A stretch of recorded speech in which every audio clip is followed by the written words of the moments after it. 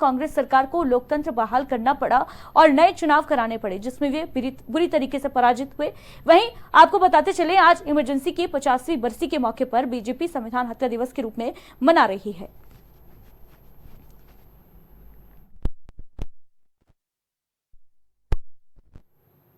कांग्रेस अध्यक्ष मल्लिकार्जुन खड़गे ने प्रधानमंत्री मोदी और बीजेपी पर तीखा हमला बोला। उन्होंने कहा कि पीएम मोदी ने आपातकाल की 50वीं वर्षगांठ पर एक नया परिपत्र जारी किया है। इसमें कहा कि आपातकाल के दौरान संविधान नष्ट हो गया था और हमने संविधान में विश्वास बहाल किया है। हर राज्य को संविधान हत्या दिवस मनाना चाहिए। खड़गे ने इस पर प्रतिक्रिया देते हुए कहा कि मैं ये कह रहा हूं कि जो बीत चुका है उसे आप बार बार उठाकर क्या हासिल करना चाहते हैं।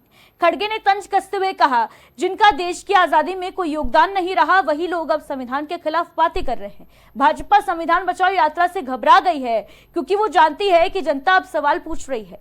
खड़गे ने मोदी सरकार की आर्थिक नीतियों पर भी निशाना साधा। उन्होंने कहा कि जो लोग शासन करने में नाकाम हैं, उनके पास ना तो महंगाई पर जवाब है, ना ही बेरोजगारी पर और ना ही नोटबंदी जैसे फैसलों पर। प्रधानमंत्री मोदी पर निशाना साधते हुए खड़गे ने कहा कि आप कहते हैं एक भारत श्रेष्ठ भारत, लेकिन जब सर्वदलीय मीटिंग होती है तो आप नहीं आते। पहलगाम पर बैठक बुलाई गई थी लेकिन आप किसी छोटे राज्य में जाकर रैली कर रहे थे। खड़गे ने मणिपुर के मुद्दे पर भी सरकार की चुप्पी पर सवाल खड़े किए। उन्होंने कहा कि इतनी सारी सुविधाएं किसी भी प्रधानमंत्री को नहीं मिली जितनी आज आपको मिल रही हैं, फिर भी आप मणिपुर जैसे संवेदनशील राज्य में नहीं जाते जहां हिंसा की आग अब भी ठंडी नहीं हुई। खड़गे ने प्रधानमंत्री मोदी की विदेश नीति और अमेरिकी राष्ट्रपति डोनाल्ड ट्रंप से संबंधों को लेकर भी कटाक्ष किया और कहा कि ये खुद को विश्व गुरु कहते हैं। ट्रंप दावा कर रहे हैं कि उन्होंने भारत पाकिस्तान युद्ध रुकवाया। खड़गे ने कहा कि सच्चाई ये है कि ट्रंप आपको डरा रहे हैं और आप उनके चुनाव में प्रचार करते हैं।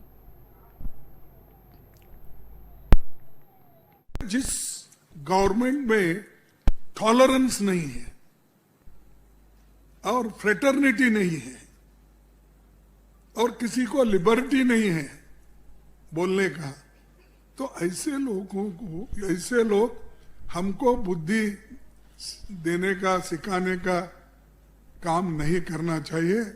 ऐसे लोगों से कोई लोग सीखने वाले नहीं। सिर्फ भाषण से पेट नहीं भरता भाई, देश को राशन की भी जरूरत है। लोगों को पेट भरने के लिए अनाज की जरूरत है। इधर ध्यान दो। वो सब छोड़ दिए। कोई उनका चेला बोलता है विश्व गुरु है। अरे गुरु अपनी समस्या ही नहीं सुलझाया।